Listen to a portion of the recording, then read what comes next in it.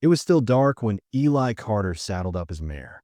The frost on the ground crunched under his boots, and his breath came out in cloudy puffs.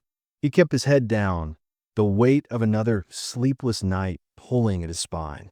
Folks in town had their thoughts about him. Quiet man, lost something in the war, probably drank too much, definitely didn't talk enough. They weren't all wrong. Eli had secrets, some buried so deep he couldn't touch them without waking up drenched in sweat. He lived alone, out near the old Miller Ranch, in a weather-beaten cabin surrounded by pine and silence. He wasn't running from the past exactly, more like hiding just slow enough for it to keep following him. His wife, Sarah, had died 2 winters ago. Consumption. She coughed until she bled, and by the end, she didn't look like the woman he married. Eli never told anyone what she'd whispered to him the night before she passed. That secret was his alone, and it kept him awake more than any dream ever could. That morning, Eli was headed to town to trade for flour and kerosene. Maybe coffee, if he could spare the coin. As he passed the riverbed, he caught sight of a hawk circling over the trees and felt a chill that didn't come from the cold. There was something in the air, something off, like the way dogs start barking before a storm. Still, he shook it off and rode toward Denton like always. Then it changed. It was growing fast with a rail line cutting through last fall. New buildings were going up. Saloon business doubled. But with growth came men Eli didn't recognize. Drifters with long coats and no roots. Gunslingers with thin eyes and quick tempers. Sheriff Bailey was stretched thin, and everyone knew it. The law here had edges, depending on who you were or who you knew. Eli didn't bother anyone and expected the same. But lately, it seemed like everyone was watching each other a little too close. He tied up his mare outside the feed store and walked in. Old Hank behind the counter gave him a nod. Not much more. They weren't friends, but they weren't enemies either. Just 2 men too tired to pretend. Need flour, Eli said. Coffee if the price ain't jumped. Everything's jumped, Hank muttered, pulling his sack from the shelf. Even quiet. Eli looked at him, but Hank didn't explain. Just measured out what Eli could afford and rang him up. On his way out, Eli saw the same kid who'd been loitering near the blacksmith's 2 weeks straight, barely more than 17, with a scar across his chin and hands too clean for real work. Eli didn't say anything, just nodded and kept walking. But he felt those eyes follow him like a shadow with teeth. He'd planned to head straight home, but the mare was limping some, and Eli didn't like riding her hard unless he had to. He knew the Langford place was close by, and they owed him a favor. He'd helped their youngest when she took a bad fall last spring. So instead of the main road, he cut through the old trails and reached the Langford barn just after sunup. The doors creaked when he pushed them open. Inside, it smelled like straw and damp wood. A few horses shifted in their stalls. He stepped in slow, letting the light stretch behind him. He wasn't looking for anything. Not really. But then he heard it, barely more than a breath, a whisper caught in the stillness. Please don't tell them I'm here. The voice stopped him cold. It came from the hayloft, soft and shaky, like a string about to snap. Eli stayed still. He didn't reach for his gun, didn't move a muscle. Who's there? He said quietly. Silence. He stepped forward, slow, cautious, and craned his neck upward. I'm not with anyone, he added. Just came for a horse. Then he saw her. She was tucked into the hay, knees to her chest, wild hair falling into her eyes. A girl. No, not quite a girl. Maybe early 20s, clothes torn and dirty, face smeared with mud and fear. Her hands trembled as she held them out, palms forward. I don't want trouble, she said. You got a name? Eli asked, keeping his voice low even. Claire. She looked like she hadn't slept in days. Her lip was split, and there were bruises on her arms, deep and ugly. I'm not going to turn you in, Eli said after a long pause. But you need to tell me who you're hiding from. Claire shook her head fast, almost panicked. I can't. If they find me. Eli held up a hand. All right. You don't have to now. Just stay quiet. He looked around the barn. No sign of anyone else. No boot prints near the loft. But there were tire tracks out front, wagon maybe. Heavy, recent. You hungry? He asked. Claire nodded slow. I haven't eaten since yesterday morning. He pulled the biscuit from his coat pocket and handed it up. She took it like she thought it might vanish before she could bite it. Watching her eat, something pulled in Eli's chest, sharp and familiar. That same feeling he used to get watching Sarah fade, unable to help. He didn't ask more questions. Not yet. Instead, he saddled a fresh horse and left the mare in the Langford stall. On the way out, he checked the road. No one, but the trees felt closer somehow, like the world was listening. That night, back at the cabin, Claire barely spoke. She sat by the fire, clutching a blanket Eli gave her, her eyes always drifting to the door. He didn't press her. She'd talk when she was ready. Or not. But he could tell whatever she was running from, it was close and dangerous. By the third day, she started telling him pieces. Not all of it, just fragments. A man named Dyer. A marriage she didn't want. Something she saw that she wasn't supposed to. Eli listened not just with his ears, but with his gut. There were gaps in her story, places she skipped too fast. But her fear was real. That much he didn't doubt. Then one night, she woke screaming. Eli rushed in from the porch where he'd been smoking. She was on the floor, fists clenched, breath coming in gasps. He was going to sell me, she sobbed. To pay a debt. Said no one would notice. Eli didn't ask who. He just helped her up, wrapped a blanket around her shoulders, and sat with her till the fire burned low. The next morning, there was a boot print outside the window. Fresh. Too fresh to ignore.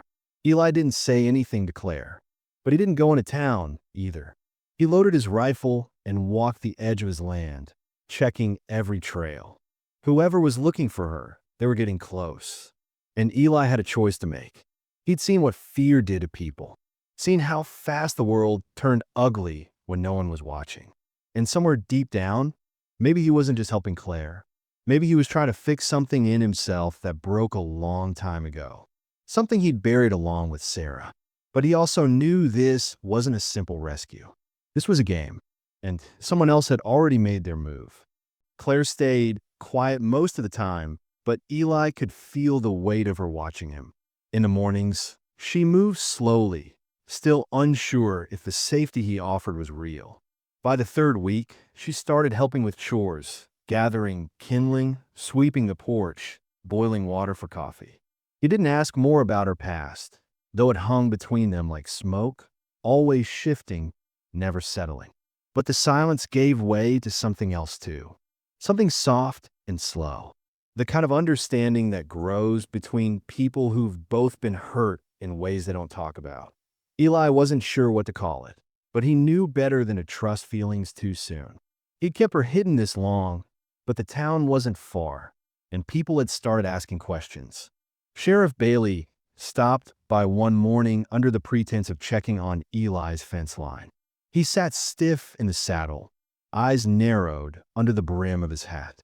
Folks say they've seen someone around your land, Bailey said, voice casual. Figure maybe you got yourself a new hand? Eli just shook his head. No hand. Just me. Same as always. Bailey didn't press. Just gave a small nod and looked off into the trees. Keep your eyes open. There's been talk. Something stirring out by the Langford place. Livestock missing. Somebody got shot last week over near Sycamore Ridge. Strangers nosing around. Strangers don't usually last long out here, Eli said. Bailey tilted his head, just enough to let the silence stretch. Then he rode off without another word. That same afternoon, Claire found a folded piece of paper tucked into the doorframe of the woodshed. It was just one word. Run. No name. No explanation. Eli burned it without showing her, but it shook him. Someone had gotten close, too close, and they wanted her gone. Not dead. Not yet. Just vanished. Eli wasn't the only one watching out for her, though. Lucy Mercer, a widow from town, had stopped by the cabin 2 days before under the pretense of delivering leftover bread. Lucy was known for her sharp tongue and keener eyes. She'd once been married to a railroad man who died under suspicious circumstances. No one proved anything, but Lucy hadn't shed many tears at the funeral. She watched Claire with a strange intensity, eyes moving over her bruises, her small frame, the way she flinched at sudden sounds. "You got yourself a lost bird," Lucy had said to Eli when Claire stepped outside to get water. "She's staying for a while," Eli said. Lucy looked at him then, eyes narrowing. "You don't know who she is, do you?" "She's scared," Eli replied. "That ain't an answer." Lucy didn't press, but she left him with a jar of preserves and a look that felt more like a warning than a kindness. Then there was Thomas Wakefield. On the surface, he was a banker or something close to it, overseeing investments, buying land, flashing just enough wealth to command attention, but never enough to seem obscene. People in Denton knew better than to ask too many questions about where Wakefield's money came from. He moved through town like a man who already knew how everything would play out. Eli had only crossed paths with him once, years back, when Wakefield tried to buy the Carter land after Sarah passed. Eli had refused, and Wakefield hadn't taken it kindly. Now he was sniffing around again. Eli saw him 2 days after the note appeared, talking with Sheriff Bailey near the general store. They kept their voices low, but Wakefield's face turned toward him just once, sharp as a knife's edge, and Eli knew. Whatever Claire had gotten into, it led back to him. Back at the cabin, Claire had started to talk more. Not all at once, but in pieces, like someone testing the weight of a cracked board before stepping forward. "I met him in Kansas," she said one night, staring into the fire. "I was working at a boarding house, cleaning mostly. He said he'd marry me, said I wouldn't have to scrub floors anymore." Eli didn't ask who he was. He already had a guess.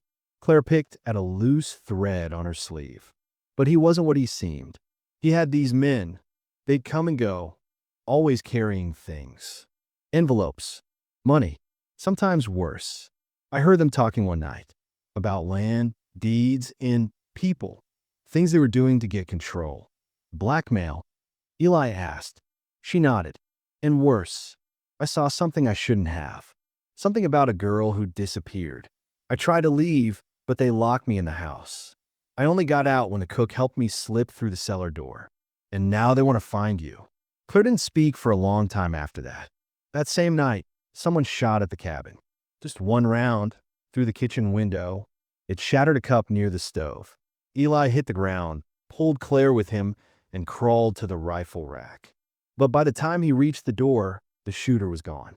No tracks, no voice, just the echo of warning. In the days that followed, trust started to crack. Eli wasn't sure who to believe anymore. Lucy came by again, but this time she didn't bring bread. "I heard a name," she said, standing on his porch like she didn't mean to come in. "Claire Prescott. That ring any bells?" Eli didn't answer. "She was supposed to testify," Lucy went on, "about a man named Wakefield. But she disappeared before the marshal could take her in. Now, there's a price on her head. Not dead, just silenced." "She told me some of it," Eli said. "Not all." Lucy leaned forward slightly. "Well, you better figure out how much is truth, and how much is a rope tightening around your neck." After she left, Eli confronted Claire. Not angrily, just tired. "Is that your name?" he asked. Claire looked like she wanted to lie, wanted to keep holding on to the story she'd woven. But then she nodded. "Yes, Claire Prescott.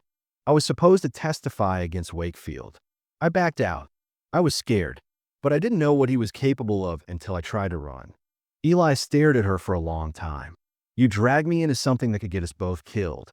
"I didn't mean to," she whispered. That night, Eli couldn't sleep. He stood outside, rifle in hand, listening to the wind. Everything about this felt wrong. And yet, there was something else, some flicker of purpose. He hadn't felt that since Sarah. But he also knew he wasn't the only one wrestling with choices. Bailey was stuck in the middle, pretending to play both sides, but likely being pulled by Wakefield's purse strings. Lucy was helping, maybe, but only as long as it didn't put her in the line of fire. And Claire had run from something evil, yes, but she'd also kept pieces of the truth from him. Maybe out of fear, maybe because she knew the weight it would put on his shoulders. Now, everyone had their secrets, and none of them fit neatly together. But one thing was clear, they were closing in. And if Eli didn't move first, someone else would. The lies weren't done yet, and the next truth might come at the barrel of a gun. The first betrayal came from someone Eli never expected, Sheriff Bailey. It happened 3 days after Claire admitted who she was. The sheriff rode out to the cabin under the guise of checking on livestock thefts again. But his eyes lingered too long on the shed, and when he stepped inside the cabin, he didn't ask for coffee like he used to. He scanned the room like he was confirming something, then asked about Claire. "You sure she's not trouble?" he said, slowly, like he already knew the answer. Eli's jaw tightened. "She's under my roof. That's all you need to know." Bailey nodded, but his hand rested on the butt of his pistol as he turned to leave. "Be careful who you protect, Carter. You're not a young man anymore. Might not outrun the blast when it comes."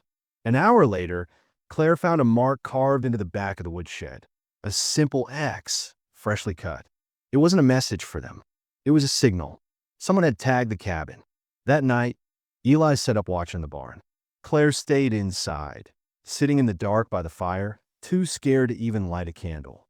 She knew what that mark meant. Wakefield's men were near. She didn't say it out loud, but Eli could see it in the way her hands shook and how her voice dropped to a whisper even when they were alone. He sat with his rifle in his lap, eyes on the tree line, and that was when the past came rushing back, uninvited as always. It was another war, another winter, another secret he'd buried. He saw himself in the trenches again, in Tennessee, mud and blood up to his knees. The boy beside him, Thomas Winslow, barely 17, had taken a bullet in the gut.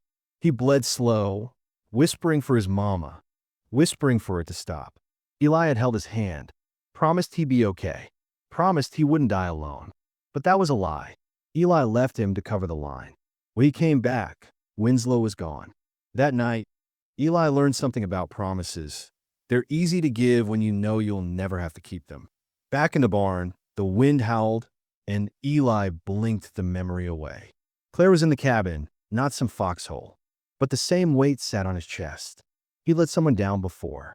He wasn't going to do it again. The next morning, the trap sprung. Claire stepped outside to gather kindling and never made it back.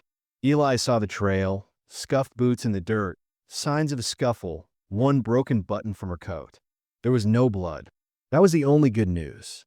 He followed the trail for hours, through brush and over rocks, past the river and deep into Langford territory. And that's where he found Lucy. She stood on the edge of a clearing, rifle in her hands, facing 2 men, Wakefield's, judging by the coats and smug stares. Claire was on her knees behind them, her mouth gagged, hands tied. Lucy looked furious. "She's not going anywhere with you," Lucy said. One of the men laughed. "You think you can stop us?" "I already did," she said. And then Eli stepped into the clearing behind them, rifle aimed. "Drop your weapons," he ordered. The men hesitated. One reached for his sidearm, and Eli didn't give him a chance. The crack of the rifle echoed through the trees. The man dropped, screaming and clutching his leg. The other bolted.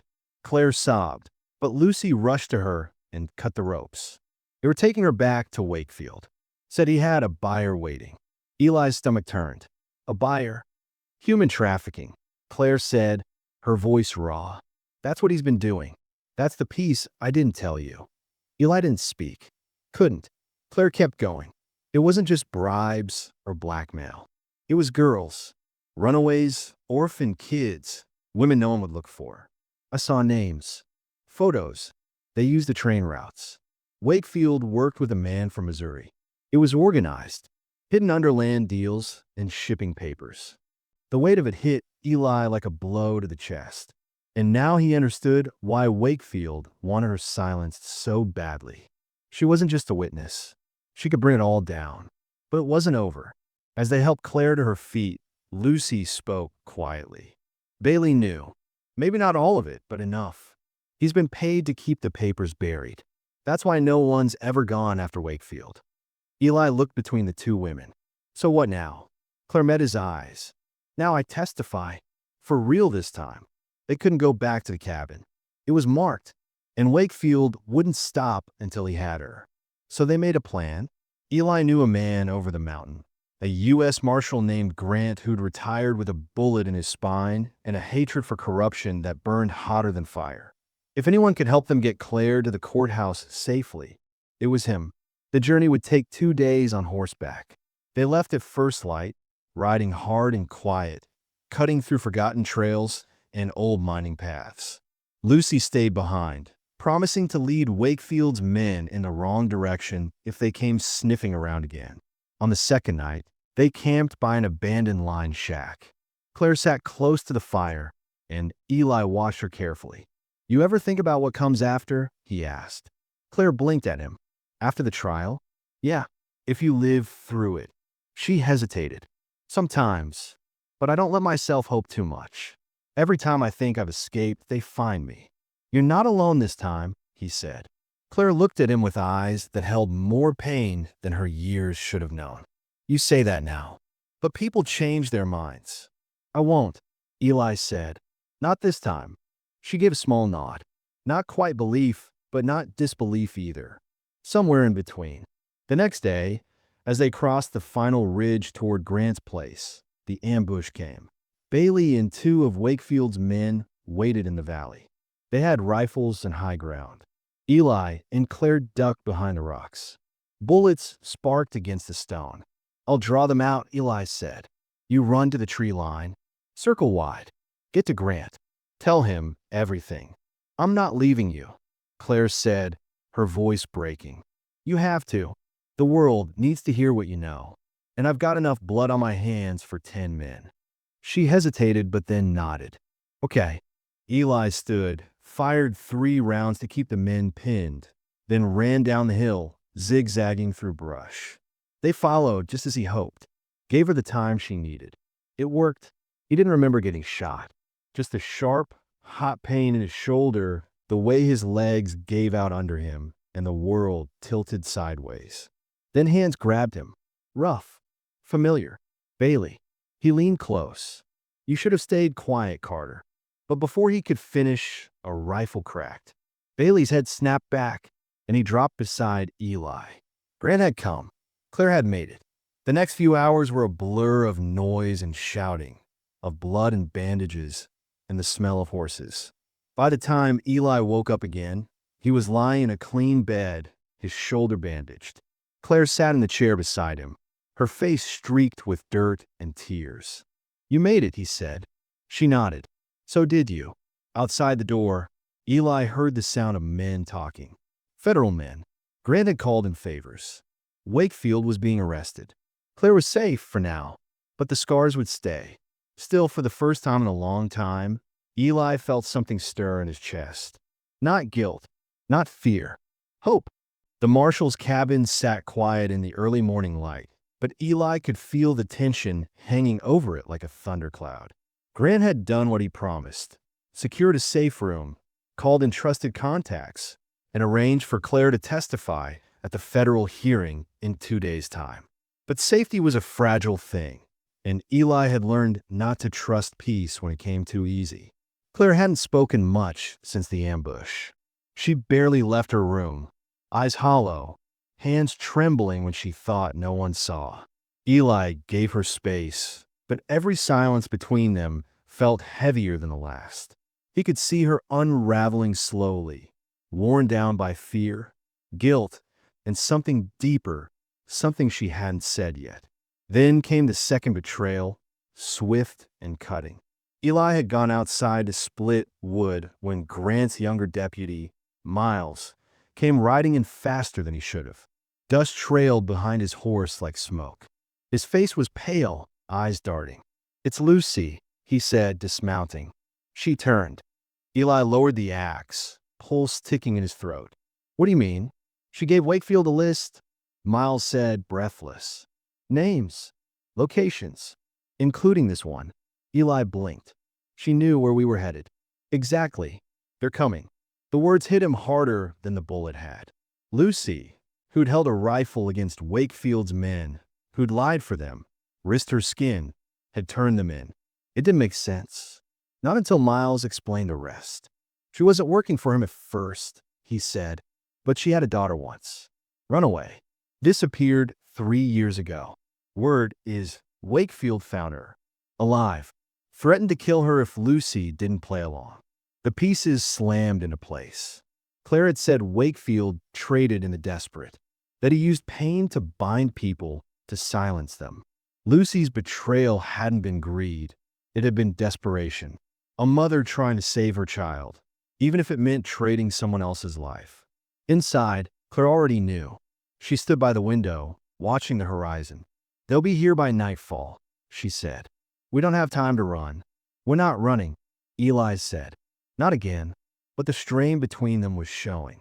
She looked at him now like he was a ghost. "You should have let me go. You don't owe me anything." Eli crossed the room slowly.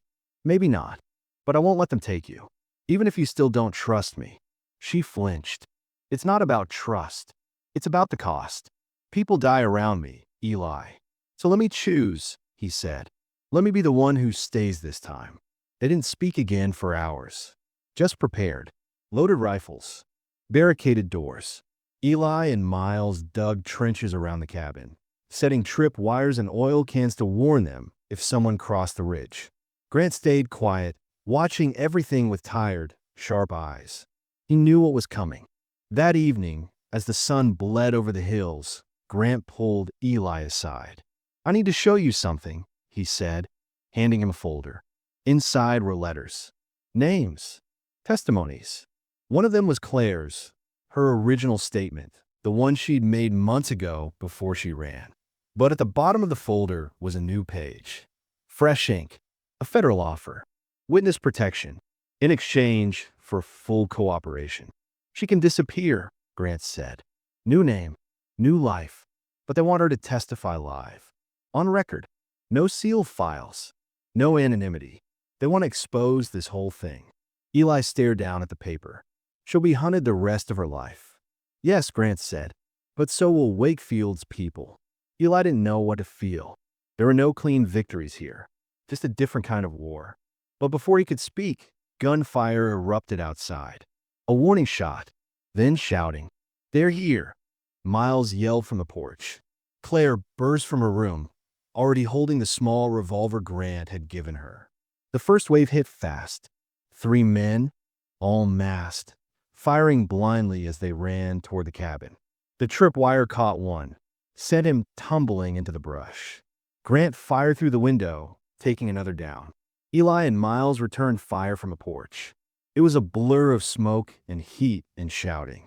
Claire stayed low, handing out ammunition, her hands steady for the first time in days.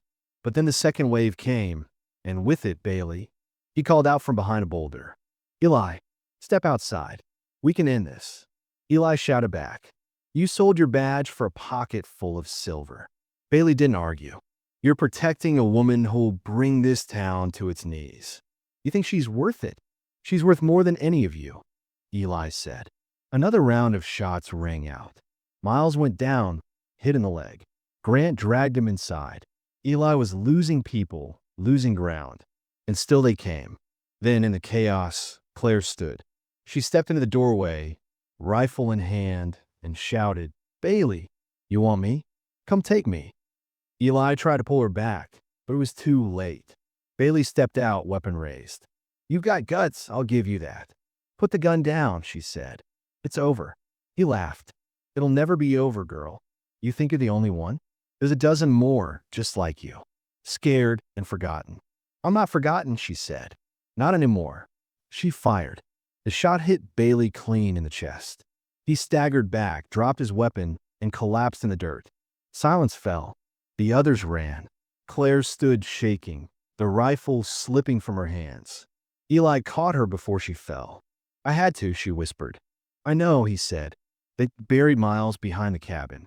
He bled out too fast. Grant said nothing, just stood by the grave, hat in hand. Another name on the long list of sacrifices. The trial came 2 weeks later. Claire testified in full.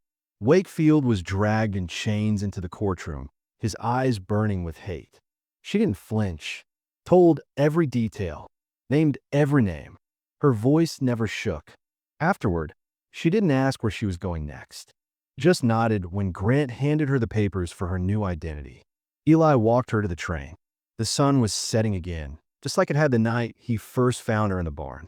She turned to him, eyes wide with everything she couldn't say. "I don't deserve a new life," she said. "No one does," Eli replied. "We make one anyway." She stepped onto the train. It pulled away, and Eli stood there until it vanished over the ridge. The world was still broken, but one lie had been undone, and that was enough for now. The train had barely made it past the valley bend when Eli turned back toward the courthouse, the weight of Claire's departure pressing on his chest like an anvil. She was safe, at least for now, but the pieces she left behind were jagged and sharp. Wakefield had been convicted on paper, but Eli knew the rot went deeper. What Claire hadn't known, what no one but Grant had begun to suspect, was that the trial had only clipped the tail of a much larger beast. That night, Grant called Eli into his office and locked the door behind him. He didn't speak for a moment, just poured 2 glasses of cheap rye and handed one over with a look that said this wasn't going to end well. "They're cleaning house," he said. "Wakefield's people. Burning records, shutting mouths." You lit a fuse. Eli stared at the glass in his hand, untouched. "How far does it go?" Grant exhaled slowly. "Washington. Maybe farther. Some of those shipments Claire saw, they were rerouted through army depots. On government paper, someone big has been covering it all up." That was when Grant showed him the final piece. A telegram sent to Wakefield 3 weeks before his arrest, signed with initials that didn't match anyone local. The message was simple: "You were exposed. Fix it, or we will." The implication hit Eli square in the gut. Wakefield wasn't the head.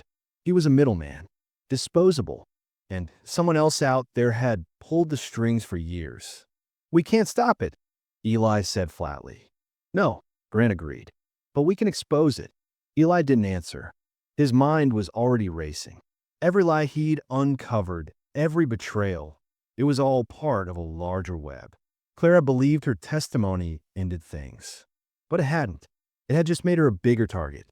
And then came the final blow. Lucy returned. She showed up 3 nights later, half-starved, bleeding from a wound in her side, and collapsed on Grant's porch. Eli carried her in himself, laying her on the table as Grant tried to stop the bleeding. Her voice was barely above a whisper. "They killed my daughter." Grant froze. Eli closed his eyes. Lucy kept talking. "They said they'd give her back if I gave them the list, but they lied. Shot her and left her in the river." Her whole body trembled. "I tried to warn you. I tried to fix it, but it was too late." Tears slid down her cheeks, and Eli didn't stop them. Didn't say it was okay. It wasn't. Lucy was dying. They both knew it. She grabbed Eli's hand and looked him dead in the eye. "You have to finish it," she said. "Promise me. Burn it all." "I promise," he said, voice cracking. She died a few minutes later. Grant buried her beside Miles, and Eli stayed up the rest of the night, staring at the flames in the fireplace, playing her words over and over again in his mind. The next morning, Grant gave him the address. One last name, pulled from old freight records and government contracts. It was a ranch outside Junction, run by a man named Ellis Greaves. Officially a cattleman. Unofficially, he'd signed off on every shipment Wakefield had moved through federal land. Eli packed a bag and didn't say goodbye. It took him 2 days to reach the Greaves ranch. It was bigger than he expected. Miles of fences, dozens of hands, and a white house that looked like it had been scrubbed too clean. Eli waited until sundown, then rode in like a ghost. He found Greaves on the porch, reading a ledger with a glass of wine beside him. "I figured someone would come," Greaves said, not looking up. "Didn't expect it to be you, though. You were just the old man with a cabin." Eli stepped off his horse, rifle slung across his back. "You're the one who made Wakefield." Greaves finally looked up. "I didn't make him. I used him. Big difference. That girl you tried to bury, she didn't break. She burned her house down." Greaves smiled faintly. "Then why are you here, Carter?" "To kill me." Eli didn't answer. He stepped forward and laid a bundle of documents on the porch table. Records Grant had copied. Letters Claire had written. The last pieces of evidence Lucy had hidden before she died. "I'm not here to kill you," Eli said. I'm here to ruin you. Greaves scanned the pages quickly, then leaned back in his chair. That won't be enough. These men, they'll bury this. They'll bury you. Maybe, Eli said, but they'll have to work for it. Greaves stared at him. You know they'll come after her again. That girl, Claire, she can't hide forever. Eli's jaw clenched. I'll deal with them. And that was when Greaves made his offer. Calm, collected, with all the cruelty of a man who'd never had to face consequences. Walk away, Carter. Take the documents, toss them in a river, and I'll make sure she's never bothered again. I can pull her file. Make her vanish for real. New name, new town, no more threats. It was the devil's bargain. A clean slate for Claire, but the cost of every other name still caught in the web. If Eli handed over the papers, Greaves would keep her safe. But the trafficking would continue. The secrets would stay buried.